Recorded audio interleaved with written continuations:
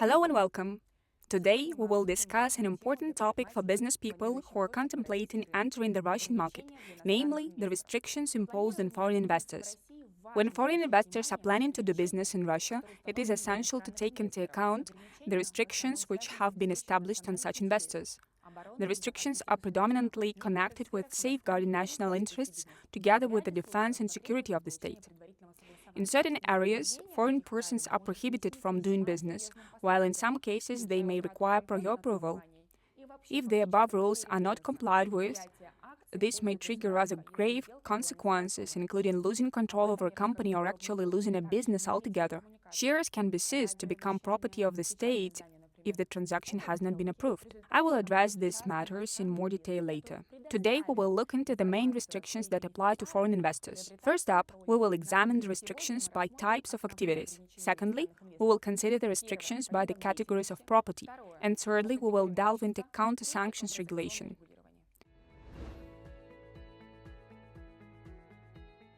State control has been established over foreign investors being involved into the strategic sectors of the economy.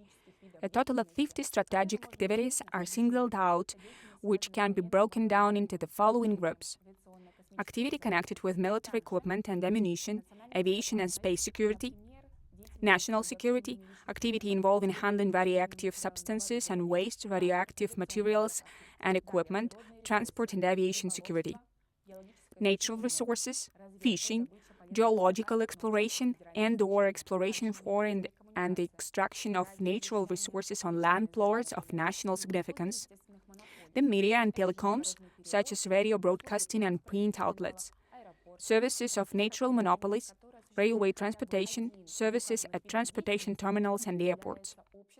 A Russian company that is involved in at least one of the above activities is a company that is of strategic importance for the national defense and state security, known as strategic enterprise. The restrictions for foreign investors are contingent on a number of factors, including whether a foreign investor has disclosed information regarding its beneficial owners, beneficiaries, and controlling persons to the Russian Federal Anti-Monopoly Service. For example, depending on the parameters of a transaction or an action, foreign investors who have submitted the above information might require approval, which has to be obtained in advance in most cases. What we mean by this is approval from the Government Commission on Monitoring Foreign Investment in Russia. Those foreign investors that do not submit such information regarding beneficial owners are either prohibited from making a number of transactions or have more stringent requirements established for them.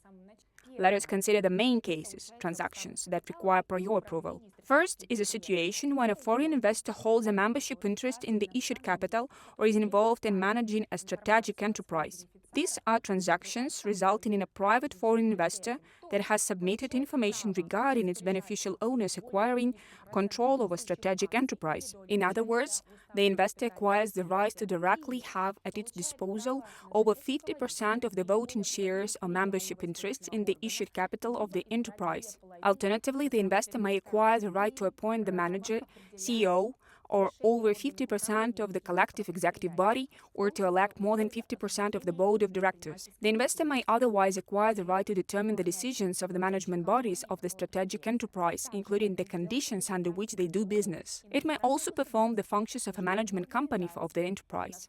These are also transactions resulting in a foreign state, international organization, or a foreign investor, or the entity they control, that has not submitted such information regarding its beneficial owners, acquiring the right to have at its disposal over 25% of the voting shares or membership interests in the issued capital of the strategic enterprise, or another opportunity to veto resolutions of the management bodies.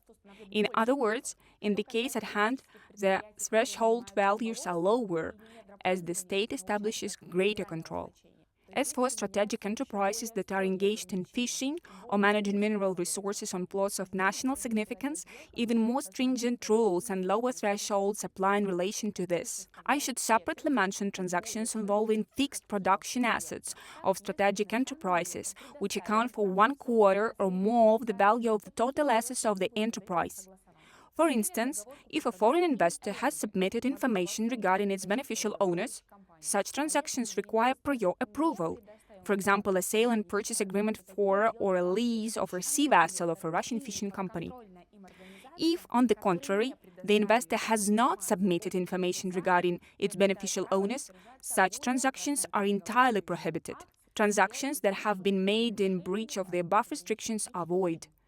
As I have already said at the beginning, the consequences are rather grave.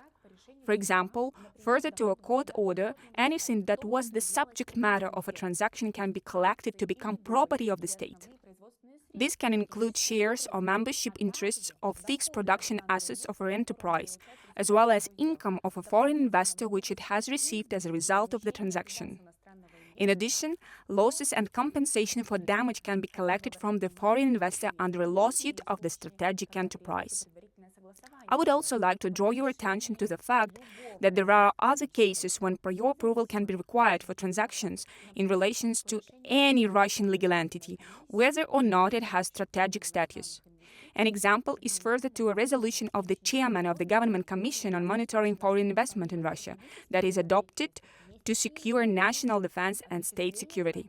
In addition to strategic types of activity, there are also other types of activities that are restricted for foreign investors.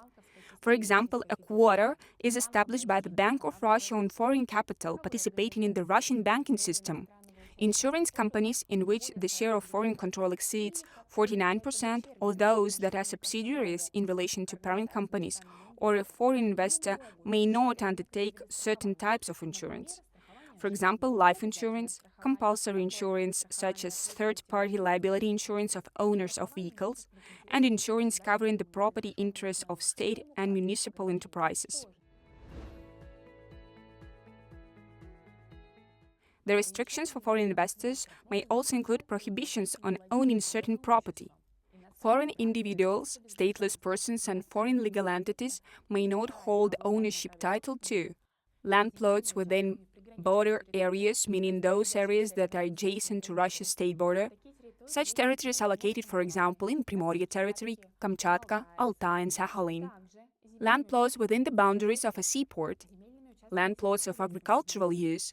The same restriction also applies to Russian companies in which foreign persons or stateless persons have membership interests exceeding 50%. A lease, however, is permitted. Currently, we are witnessing a significant increase in business developing between Russia and China within the agricultural sector.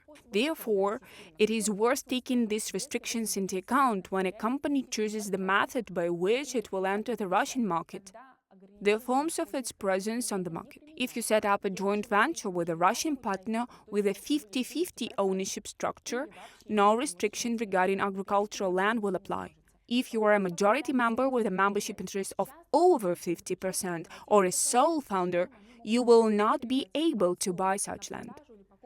As for joint ventures, co-investors often enter into a shareholders' agreement which may provide for a put option or a call option in relation to a partner's membership interest in the event of a deadlock, when the members cannot reach a solution together. Thus, a condition of the agreement will be unenforceable if it provides for a Russian participant's membership interests to be transferred to a foreign partner if the enterprise owns agricultural land. Given the vigorous development of the IT sector, I would like to draw your attention specifically to the restrictions in relation to audiovisual services and websites that are accessed by a certain number of users within Russia. Under the general rule, an owner of an audiovisual service may be a Russian legal entity or a Russian national who does not hold citizenship of another state. Approval of the Government Commission may be required for foreign investors to own, manage, or control over 20% of the shares or membership interests in the issued capital of an owner of an audiovisual service. I would also like to say a few words regarding counter-sanctions regulation. Permissions must be obtained from the Government Commission on Monitoring Foreign Investment to make transactions with membership interests, shares, and real estate, and to set up a company when foreign persons are involved that originate from what we refer to as unfriendly states for Russia or with persons that are controlled by them.